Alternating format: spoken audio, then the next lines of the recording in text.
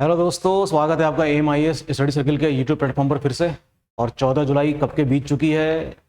सभी छात्र पेपर दे चुके हैं और जो छात्र हैं जिनको लगता है कि उनका प्री क्लियर हो रहा है, तो वो लोग सीधे सीधे अब आंसर प्रैक्टिस में जुट जाएं। ठीक है, यही तैयारी का तरीका है और आयोग रिजल्ट निकालने के बाद बहुत ज़्यादा समय नहीं देगा, यानी कि हमारे पास अब काफ़ी कम समय है।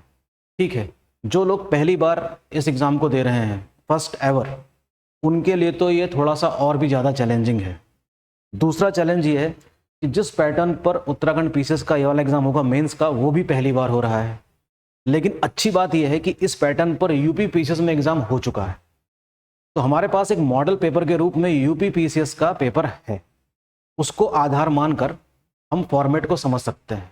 ठीक है, तो आज के इस वीडियो में हम डिस्कस करने वाले हैं 3 टॉपिक। पहला तो हम डिस्कस करेंगे जनरल स्टडीज 1 का सिलेबस डिस्कस करेंगे। सबसे पहले डिस्कस करेंगे हम सिलेबस क्या है GS 1 का, और ये पता लगाने की कोशिश करेंगे कि प्री में आप लोगों ने क्या क्या पहले से ही पढ़ लिया है। दूसरा देखेंगे हम पेपर का फॉर्मेट कैसा होगा। तीसरा हम देखेंगे कुछ मॉडल क्वेश्चंस देखेंगे कि किस तरीके से क्वेश्चन फ्रेम किए जा सकते हैं।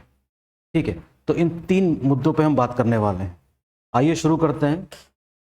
सबसे पहला है, देखिए, जनरल स्टडीज़ 1 का ये पेपर। मैं कम से कम स्क्रीन के सामने आने की कोशिश करूंगा ताकि आपको लिखी हुई चीज़ दिखाई दे।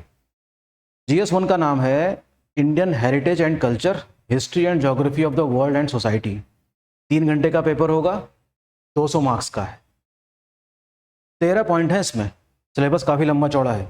Indian culture will cover the salient aspect of art and forms, literature and architecture from ancient to modern India, यानी कि प्राचीन काल से लेकर आधुनिक काल तक जितने भी कला, साहित्य, स्थापत्य कला के संबंध में, प्लस उस समय की हिस्ट्री के संबंध में भी जो जानकारी होनी चाहिए वो आपके पास होनी ही चाहिए। और पता लगाएंगे क्या यहाँ से कोई क्वेश्चन आया है यूपी पीसीएस में या नहीं। ठीक, यूपी पीसीएस में इसलिए कह रहा हूँ क्योंकि बिल्कुल सेम हूबहू सिलेबस है GS 1 का यूपी पीसीएस के मेंस में भी। ठीक है, modern Indian history from about the middle of the 18th century until present, यानी कि हमको आधुनिक हिस्ट्री भी पढ़नी है भारत की। कहाँ से है सिलेबस स्टार्ट? 1750, यानी कि 18वीं शताब्दी से आगे, और कई सारे सिग्निफिकेंट इवेंट, प्रमुख व्यक्तित्व और अन्य पहलू। ये हो गया दूसरा पॉइंट। तीसरा है फ्रीडम स्ट्रगल, यानी कि इंडियन नेशनल मूवमेंट। आप जानते ही कि 3 स्टेजेस थी, मॉडरेट, एक्सट्रीमिस्ट और गांधीयन एरा।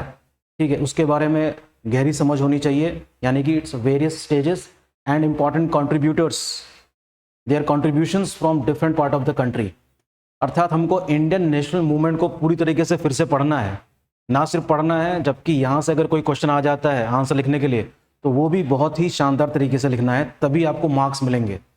ठीक है, पीसीएस मेंस या आईएएस मेंस का एग्जाम कॉलेज वाले एग्जाम से पूरी तरीके से अलग है। ठीक है, सिर्फ कॉपी नहीं भरनी है इसमें, ध्यान दीजिएगा बात पे। Post independence consolidation and reorganisation within the country, Bharat आज़ाद हुआ और किस तरीके से हमने चीज़ों को कंसोलिडेट किया, integration of the princely state, ये इसमें जुड़ेगा। और फर्स्ट फेज ऑफ इंडिपेंडेंस है वो चलता है आपका 1964 तक, यानी कि up to the Nehru's death. उस समय तक की हिस्ट्री आपको पता होनी चाहिए। हिस्ट्री ऑफ द वर्ल्ड, अब देखिए, विश्व इतिहास आपने प्री के दौरान नहीं पढ़ा होगा जहां तक मैं समझ रहा हूं। ठीक है, history of world will include events from the 18th century onward such as industrial revolution, world wars, redrawal of national boundaries, colonisation, decolonisation, political philosophies like communism, capitalism, socialism etcetera, their forms and effect on the society. देखिए, विश्व इतिहास में भी आपको काफ़ी चीज़ें cover करनी है, 1 से 2 क्वेश्चन आपको यहाँ से भी मिल जाएंगे। ठीक है, 18th सेंचुरी का मतलब यहाँ पर 1750 ऑनवर्ड्स की बात हो रही है। औद्योगिक क्रांति, जिसने पूरे विश्व को सोचने के तरीके को ही बदल दिया था, उसका बहुत बड़ा इम्पैक्ट है। World war, first and second both world war, redrawal of the national boundaries, colonisation, उपनिवेशवाद, पॉलिटिकल फिलॉसफीज। अब देखिए, कई सारे राजनीतिक जो विचारधाराएं हैं, जैसे कि कम्युनिज्म यानी कि साम्यवाद, जिसका एग्जाम्पल चाइना और रशिया है वो, कैपिटलिज्म यानी कि पूंजीवाद, इसका एग्जाम्पल क्या है, entire western Europe and North America, USA, socialism यानी कि समाजवाद, भारत को रख सकते हैं इसमें, etcetera, their forms and effect on the society, और इन सब का समाज पर क्या प्रभाव पड़ता है। ठीक है, काफ़ी डाइवर्स, ठीक है, काफ़ी चैलेंजिंग।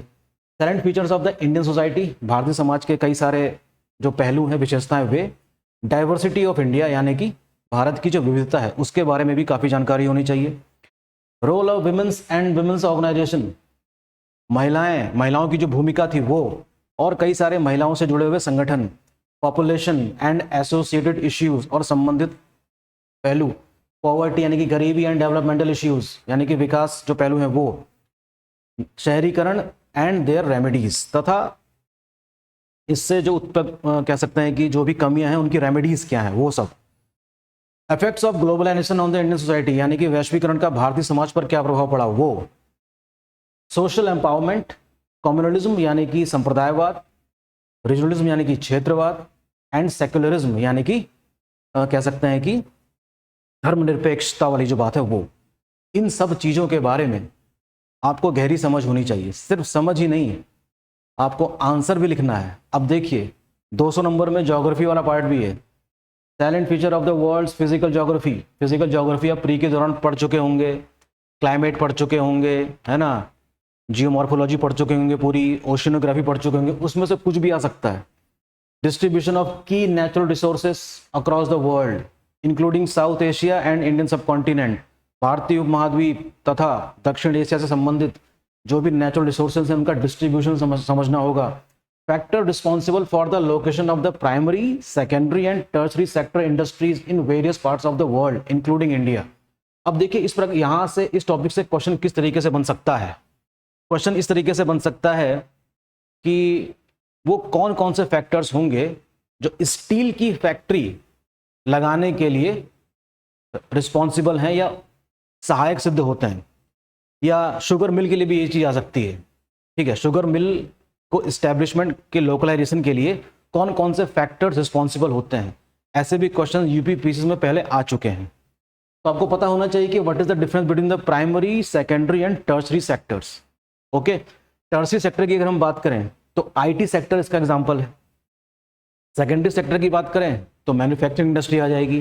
प्राइमरी सेक्टर आप पता ही है, एग्रीकल्चर एंड एसोसिएटेड जो इंडस्ट्रीज हैं उसमें रखा जा सकता है।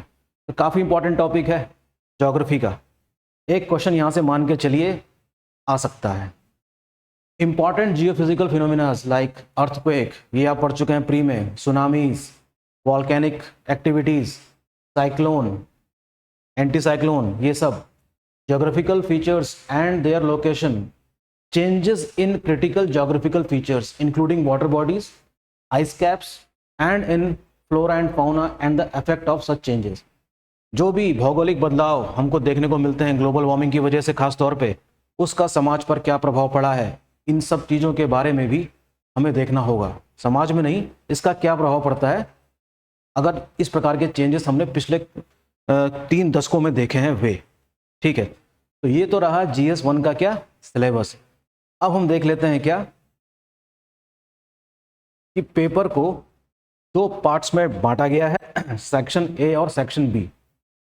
सेक्शन ए में देखिए 10 क्वेश्चन होंगे, ये यूपी पीसीएस के मॉडल पे चलेगा। 10 क्वेश्चन होंगे, इसकी वर्ड लिमिट होगी 125 और हर क्वेश्चन कितने का होगा, 8 मार्क्स का, यानी कि ये हो गया आपका पहला सेक्शन 80 मार्क्स का। दूसरे सेक्शन में भी 10 क्वेश्चन होंगे, वर्ड लिमिट बढ़ा दी गई है इसमें 200 और कितने का होगा 12 मार्क्स का, तो ये कितना हो गया 120, तो टोटल हो गया ना 200 मार्क्स का। कितना % मार्क्स स्कोर करना होगा जिससे कि हमारा मेंस क्लियर हो हर पेपर में, कम से कम हमारी कोशिश होनी चाहिए 60%। 60% मार्क्स अगर आप ले आते हैं मेंस में तो ये मान के चलिए कि आप बहुत अच्छी स्थिति में रहेंगे। लेकिन 60% मार्क्स स्कोर करना भी इतना आसान नहीं है, उसके लिए आपको लगातार आंसर राइटिंग करनी होगी, हाथ थका देना होगा, असली मेहनत शुरू होगी अब। ठीक है, ये प्री एग्ज़ाम नहीं है, ये मेंस का है। It will take time, dedication, और बिल्कुल सिर्फ लिखना नहीं है, क्या लिखना है ये ज़्यादा इंपॉर्टेंट है। तो इसी पे बात करते हैं आगे वाले स्लाइड में। ठीक है, अब देखिए हमने 4 क्वेश्चन उठाए हैं 2 क्वेश्चन उठाए हैं सेक्शन ए से और 2 क्वेश्चन उठाए हैं सेक्शन बी से। पहला क्वेश्चन है give an account of the वैदिक लिटरेचर। पहला क्वेश्चन क्या है? वैदिक लिटरेचर के संबंध में आपसे पूछा गया है। वर्ड लिमिट कितनी रखनी है? 125 और ये 8 मार्क्स का क्वेश्चन है। क्या लिखिएगा? वैदिक लिटरेचर। तो सबसे पहले तो क्या समझाएंगे आप कि वैदिक साहित्य यानी कि व्हाट इज वैदिक लिटरेचर। वैदिक लिटरेचर है क्या चीज? सो व्हाट इज वैदिक लिटरेचर? वैदिक literature comprises of all 4 Vedas. It comprises of, point number 1 क्या आ जाएगा इसका? पॉइंट नंबर 1 से मेरा मतलब ये नहीं कि 1 डाल के लिखेंगे आप, मैं आपको बता रहा हूं कि पहला पैराग्राफ किस तरीके से आएगा। तो वैदिक लिटरेचर कंप्राइजेज ऑफ, चलिए मैं 1 को काट देता हूं। वैदिक literature comprises of what? All 4 Vedas. ठीक है, ऐसे 4 मत लिखिएगा, FOUR लिखिएगा आप लोग। All 4 Vedas, that is Rigveda, Samaveda, Yajurveda and Atharvaveda and their associated Brahmanas, Aranyaka, Upanishad, Vedanga and there उपवेद। तो ये तो हो गया मीनिंग किसका? वैदिक लिटरेचर का। तो वैदिक साहित्य क्या है? वैदिक साहित्य यथा चारों वेद और उनसे संबंधित ब्राह्मण, आरण्यक, उपनिषद, वेदांग तथा उपवेद से संबंध है, इसे कहते हैं वैदिक लिटरेचर। फिर क्या लिखेंगे? इसकी रचना वैदिक काल में हुई। ओके, समझ में आ रही बात आपको? इसके रचयिता कौन थे? आर्यंस पीपल थे। 1-2 आप लोग क्या कर सकते हैं, जैसे ऋग्वेद के बारे में थोड़ी सी व्याख्या कर सकते हैं। ठीक है, कि सबसे पुराना वेद है, इतने मंत्र हैं, इतने सूक्त हैं, इतने मंडल हैं, ये बताया जा सकता है। ब्राह्मण ऐत्रेय कौस्तिकी है, ये समझाया जा सकता है। क्योंकि अगर हम सारे वेदों के बारे में लिखेंगे तो वर्ड लिमिट क्रॉस हो जाएगी। बात समझ रहे हैं? तो सबसे पहले क्या करेंगे इस प्रकार के क्वेश्चन में, ये क्वेश्चन हमने उठाया है UPPCS का जो लास्ट ईयर हुआ था। ठीक है, तो वैदिक लिटरेचर से क्वेश्चन आया है। तो हो सकता है what do you understand by Upanishad आ सकता है, कि उपनिषद से आपका क्या अभिप्राय है, उसके संबंध में कुछ क्वेश्चन पूछे जा सकते हैं। संगम लिटरेचर के बारे में आ सकता है जो कि बड़ी टफ है। ठीक है, तो इस प्रकार से आप अपनी बॉडी तैयार कर सकते हैं आंसर की। 125 वर्ड का है। पहला इंट्रोडक्शन कुछ इस तरीके का चलेगा। दूसरी लाइन में क्या कर सकते हैं, एग्जाम्पल के रूप में क्या दे सकते हैं, ऋग्वेद को समझा सकते हैं थोड़ा सा। ओके, नक्शा भी बना सकते हैं आप लोग कि ये जो वैदिक काल वाली जो घटना है ये भारत के किस हिस्से में हो रही थी और आर्यों द्वारा ये रचित है। ठीक है, तो इस तरीके से 125 वर्ड आप समाप्त कर सकते हैं। ये जरूरी नहीं कि आप ऋग्वेद का ही एग्जाम्पल दें, आप सामवेद का भी दे सकते हैं, आप अथर्ववेद का भी दे सकते हैं, उपवेद का उल्लेख कर सकते हैं। जैसे कि ऋग्वेद का उपवेद कौन है? आयुर्वेद है। ठीक है, सामवेद का कौन है? गंधर्व वेद है। यजुर्वेद का कौन सा है? धनुर्वेद है। इस प्रकार से भी आप चीजें दे सकते हैं। क्वेश्चन ये भी आ सकता है कि वेदांग से क्या तात्पर्य है, व्हाट आर वेदांग। ठीक है, तो इस तरीके से भी आप क्या कर सकते हैं, अपने आंसर्स को एक शानदार तरीके से कंपोज कर सकते हैं। तो ये तो रहा पहले क्वेश्चन का आंसर। अब देखते हैं दूसरा क्वेश्चन क्या है। दूसरा क्वेश्चन है write a note on the contribution of the sir Syed Ahmad Khan. Sir Syed Ahmad Khan के बारे में पूछ रहा है। ये सब किसका है? यूपीपीसीएस का जो एग्जाम हुआ था पिछले साल उसका है। ये भी 125 वर्ड में ही लिखना है, 8 मार्क्स का है। तो सबसे पहले क्या समझाएंगे आप ऐसे क्वेश्चंस में? सर सईद अहमद खान। सबसे पहली बात तो ये है कि ये जो मूवमेंट है कौन सा, हमको बताना है कि मॉडर्न एजुकेशन में है ना जो लिखा गया है उसी के बारे में बात करेंगे, दाएं बाएं की बात नहीं करनी है। ऐसा कोई स्कोप पीसेस जैसे एग्जाम में नहीं है हमारे पास। ओके, तो मॉडर्न एजुकेशन की बात हो रही है, कंट्रीब्यूशन पूछा जा रहा है किसका? सर सईद अहमद खान का। ठीक है, तो sir Syed Ahmad Khan Muslim community से हैं। रैना सा की बात याद आ रही होगी आपको। किसकी बात याद आ रही है? रैना सा। आपने प्री वाले एग्जाम में जरूर पढ़ा होगा, पुनर्जागरण का काल है। तो मुस्लिम समाज में भी पुनर्जागरण चलता है। तो मुस्लिम समाज के पुनर्जागरण के जो जनक हैं वो कौन है? सर सईद अहमद खान है। अगर हम रिफॉर्म की बात करें तो ये एक रिफॉर्मिस्ट है। क्या है? रिफॉर्मिस्ट है, यानी कि सुधारवादी है। और किसको जगह देते हैं? साइंटिफिक टेम्पर को। किसको जगह दे रहे हैं ये? साइंटिफिक टेम्पर, अर्थात ये चाहते हैं कि जो मुस्लिम समाज है वो काफी पिछड़ा है। किस वजह से पिछड़ा है? कुरीतियों की वजह से पिछड़ा हुआ है, सोशल ईवल्स की वजह से पिछड़ा हुआ है।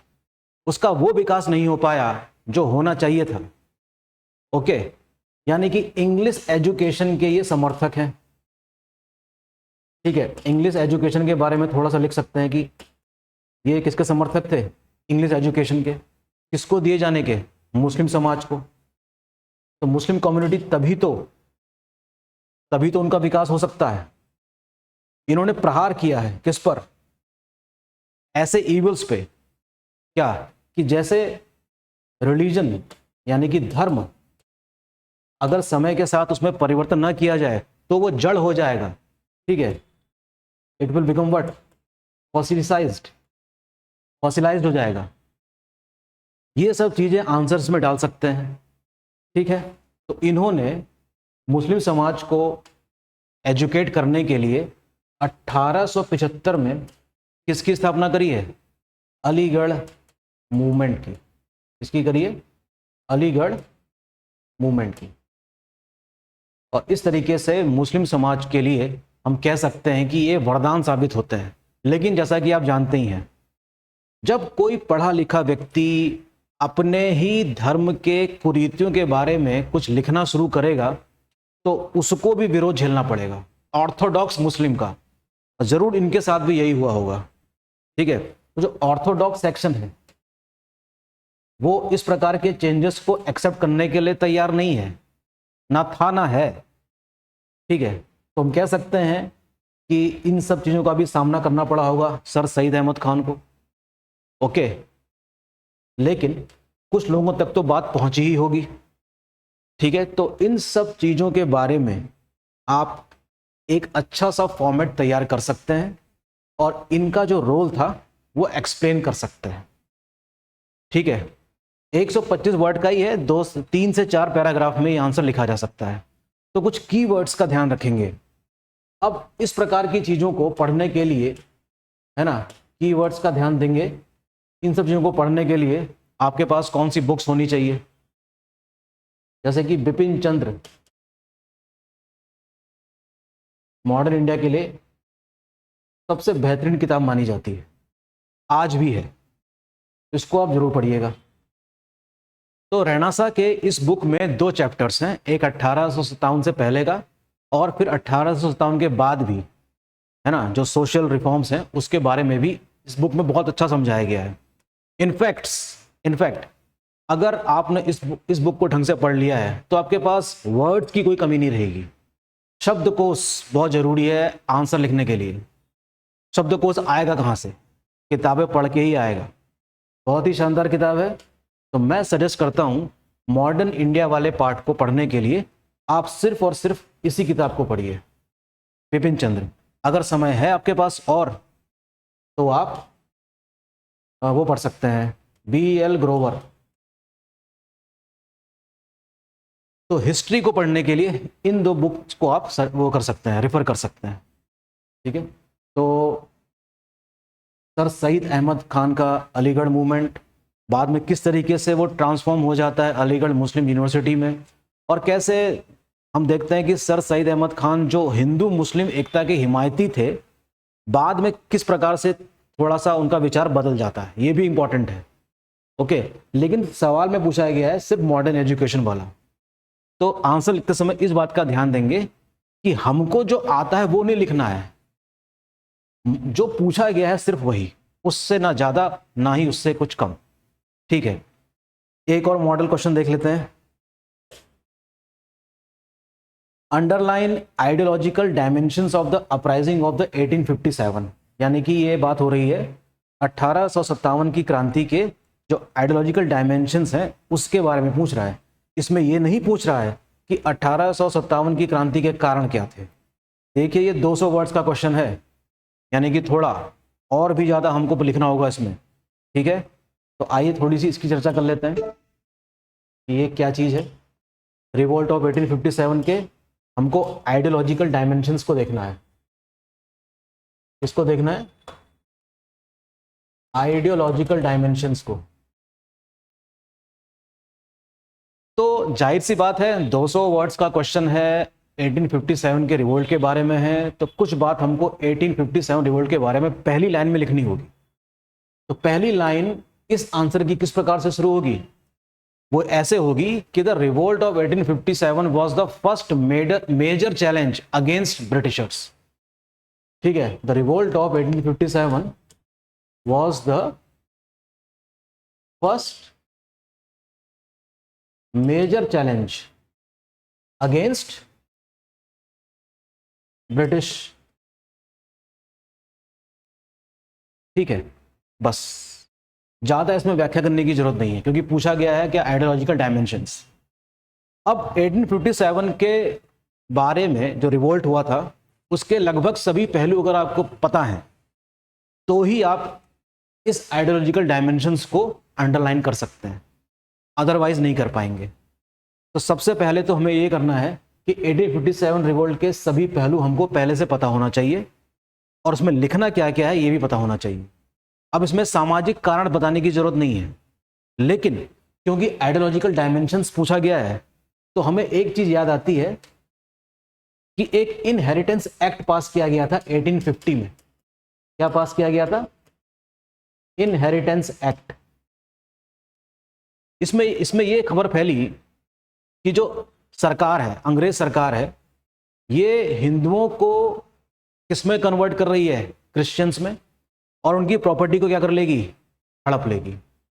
एक ये संदेश गया था समाज में, ये इसको दिखाना होगा आपको। प्लस अंग्रेजों के समय में कुछ रिफॉर्म्स भी हुए थे, जैसे कि सती सिस्टम को आप डिनोट कर सकते हैं। यहाँ पर सती सिस्टम को बैन कर दिया गया था, हालांकि बैन करने जैसे ही था ये, लेकिन ऑर्थोडॉक्स हिंदू को ये बात हजम नहीं हुई होगी। ऐसा लगा होगा कि उनके सामाजिक ढांचे में क्या था? प्रहार था। इसको दिखा सकते हैं अपने आंसर को लिखने के दौरान। फीमेल इन्फेंटिसाइड,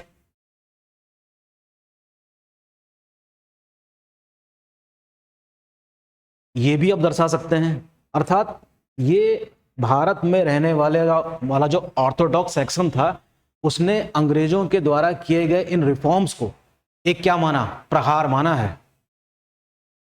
तो अपने आंसर को लिखने के दौरान इन सब पहलुओं को लिखा जा सकता है। ठीक, साथ ही साथ इंट्रोडक्शन ऑफ ग्रीस्ड कार्ट्रिज, जो नई राइफल इंट्रोड्यूस करी गई थी जिसका नाम था एनफील्ड, और उसकी जो ग्रीजिंग थी वो काऊ और पिग के फैट से हुई थी, उसको भी क्या माना गया? एक समाज में प्रहार माना गया। तो इन सब चीज़ों को ध्यान में रखते हुए आप इस आंसर को लिख सकते हैं, कोई बहुत बड़ी बात नहीं है। 2-3 बार आपको रीडिंग करनी पड़ेगी और तय समय के अंदर आपको ये 200 वर्ड में आंसर लिखना पड़ेगा। लास्ट में आपको इसका कंक्लूजन भी देना होगा। लास्ट में क्या देना होगा? इसका कंक्लूजन। बिना कंक्लूजन लिखे, ये नहीं कि कंक्लूजन लिख रहे हैं ऐसे फिर उसके बाद लिख रहे हैं, नहीं, पैराग्राफ वाइज आप इस आंसर का कंक्लूजन भी देंगे। एग्जामिनर को बात समझ में आ जाएगी कि हाँ एक कंक्लूजन ही है इस पार्ट का, इस आंसर का। ओके, तो ये क्वेश्चन मैंने डायरेक्टली कहाँ से उठा लिए? जो यूपी पीसीएस में आ चुके हैं पहले, क्योंकि इस फॉर्मेट में पहली बार एग्जाम हो रहा है उत्तराखंड पीसीएस में। बिल्कुल कॉपी पेस्ट वाला सिलेबस है यूपी पीसीएस का। तो मॉडल क्वेश्चंस हमारे लिए सबसे अच्छे कौन से हो रहे हैं? खुद यूपी पीसीएस के पुराने पेपर। एक और क्वेश्चन देख लेते हैं। Right a short note on the temperate cyclone and how it impacts India. अब देखिए सिलेबस पे एक बार नजर डालते हैं और देखते हैं कि ये वाला क्वेश्चन आया कहाँ से है। देखिए, important geophysical phenomena such as earthquake, tsunami, volcanic activities, cyclone. कहाँ से आ गया क्वेश्चन? ये साइक्लोन से आया है। यूपी पीसीएस में साइक्लोन से एक क्वेश्चन आ चुका, टेम्परेट साइक्लोन का। लेकिन साइक्लोन एक और होता है जिसको हम ट्रॉपिकल साइक्लोन कहते हैं। तो आपको ट्रॉपिकल साइक्लोन के बारे में भी पता होना चाहिए। लेकिन सवाल में क्या आया है, टेम्परेट साइक्लोन। तो टेम्परेट साइक्लोन आप जानते ही हैं, दो किससे मिलके बनता है, एयर मास से मिलके बनता है। ज्योग्राफी का क्वेश्चन है तो जाहिर सी बात है कि हमारे पास डायग्राम बनाने का स्कोप है। ठीक है, डायग्राम बनाने का हमारे पास स्कोप है ज्योग्राफी के क्वेश्चन में। तो मैंने आपके लिए एक डायग्राम रखा है टेम्परेट साइक्लोन का। अगर आपने टेम्परेट साइक्लोन की वो सारी स्टेजेस दर्शा दी हैं आंसर लिखने के दौरान, तो ये समझ लो कि आपको बहुत अच्छे मार्क्स मिलने वाले हैं। और ये रहा वो डायग्राम, आप इसको जरा गौर से देखिए। इसमें देखिए ABCDEF 6 फिगर्स दिए गए हैं और किस प्रकार से टेम्परेट साइक्लोन डेवलप हो रहा है, इस प्रकार से हम इसकी स्टेजेस को दिखा सकते हैं डायग्राम बना के। जैसा जैसा डायग्राम में है वैसा ही आपको एक्सप्लेन करना है अपने आंसर लिखने के दौरान। मजा आ जाएगा और आपको लगभग इसमें बहुत अच्छे मार्क्स मिल जाएंगे। ये 12 मार्क्स का है, तो आप ये मान के चलिए अगर आपने इसका हूबहू डायग्राम ऐसा ही बना दिया है और उसको सही ढंग से एक्सप्लेन कर दिया है तो 9 नंबर या 8 नंबर कहीं नहीं गए। तो देखिए पहली स्टेज देखिए, डायग्राम के माध्यम से आपको स्पष्ट समझ में आ रही होगी। देख रहे हैं ये जोन ऑफ सेपरेशन है between cold air mass and warm air mass. किस तरीके से कोल्ड फ्रंट और वार्म फ्रंट इसमें क्रिएट हो रहा है, किस तरीके से कोल्ड एयर वाला रीजन जो है वो बढ़ता जाएगा और किस तरीके से वार्म एयर वाला जो रीजन है वो सिकुड़ता जा रहा है। देखिए अगली स्टेज में कुछ ऐसा ही हो रहा है, cold front warm front. Next stage देखिए, नेक्स्ट स्टेज में देखिए इसका एरिया और भी कम होता चला गया और देख रहे हैं आप साइक्लोन किस तरीके से बढ़ता चला जा रहा है। इस स्टेज को हम कहते हैं ऑक्यूलेशन, यानी कि ऑक्यूलेटेड फ्रंट भी कहा जाता है इस चीज को। और ये रहा लास्ट स्टेज। तो अगर आपने टेम्परेट साइक्लोन के आंसर को लिखने के दौरान इस फिगर को दर्शा दिया है तो ये मान के चलिए को बहुत ही अच्छे मार्क्स मिलेंगे। लेकिन क्वेश्चन यहाँ पे पूरा नहीं होता, क्योंकि क्वेश्चन का जो दूसरा पार्ट है वो ये है कि किस प्रकार से वो अफेक्ट कर रहा है, किसको इंपैक्ट पहुंचा रहा है, किसको, इंडिया को। इसमें क्या लिखा जाएगा, इस चीज में क्या लिखा जाएगा, है ना, कि कैसे वो इंडिया को इंपैक्ट कर रहा है। तो टेम्परेट साइक्लोन का जो इंपैक्ट है इंडिया में, उसमें आप क्या दिखा सकते हैं, 2-4 पॉइंट्स क्या दिखा सकते हैं। जैसे जो मेडिटेरेनियन सी है वहां से उठने वाला जो चक्रवात है वो वेस्ट टू ईस्ट की तरफ, जो टेम्परेट साइक्लोन है उसकी जो डायरेक्शन है वो वेस्ट टू ईस्ट ही होती है। तो इस तरीके से क्या करेंगे आप, मेडिटेरेनियन सी से उसको इंडिया की तरफ लाते हुए दिखा सकते हैं, एक्सप्लेन करते हुए दिखा सकते हैं। और कैसे ये इंडिया के नॉर्थ इंडियन प्लेन्स को प्रभावित करता है। इसको ट्रैप कौन करेगा, यहाँ पर हिमालयस, और ये वाले रीजन को क्या मिल जाती है, बारिश मिल जाती है। ये बारिश कब मिलती है, विंटर्स में, दिसंबर और जनवरी के आसपास। लेकिन ये जरूरी नहीं है कि हर साल दिसंबर और जनवरी के महीने में ये सक्रिय हो। जरूरी नहीं है कि हमेशा जो वेस्टर्न डिस्टर्बेंस क्रिएट होता है वो अब हम देखते हैं कि मार्च और अप्रैल के टाइम पे भी हमको सक्रिय होते हुए देखने को मिलता है। ठीक है, लेकिन इन जनरल अगर हम देखें तो टेम्परेट साइक्लोन का इम्पैक्ट नॉर्थ इंडियन प्लेन्स हमको देखने को मिलता है। और यहाँ पर इतनी बारिश हो जाती है कि जो रबी क्रॉप है यानी कि वीट, उसके लिए काफी वरदान साबित होती है। दूसरा इम्पैक्ट क्या है कि ऐसा होने से जो माउंटेनियस रीजन है वहां पर बर्फबारी हो जाती है, यानी कि स्नोफॉल हो जाता है और ठंड में थोड़ा इजाफा होता है टेम्परेट साइक्लोन की वजह से। तो ये सारे कुछ पॉइंट्स लिखकर, डायग्राम बनाकर ज्योग्राफी में आप काफ़ी अच्छे मार्क्स क्या कर सकते हैं, गेन कर सकते हैं। ठीक है, तो जिन छात्रों को ऐसा लग रहा है कि उनका प्री क्लियर हो रहा है तो बिना समय गंवाए आप लोग अपने स्तर से पढ़ाई शुरू करिए। जो भी आपको फीडबैक लगता है कि इस चैनल को मिलना चाहिए वो आप हमें दीजिए, और जो भी डिस्क्रिप्शन बॉक्स में जो नंबर्स दिए गए हैं आप उसमें भी कांटेक्ट कर सकते हैं। मिलते हैं नेक्स्ट लेक्चर में। Thank you.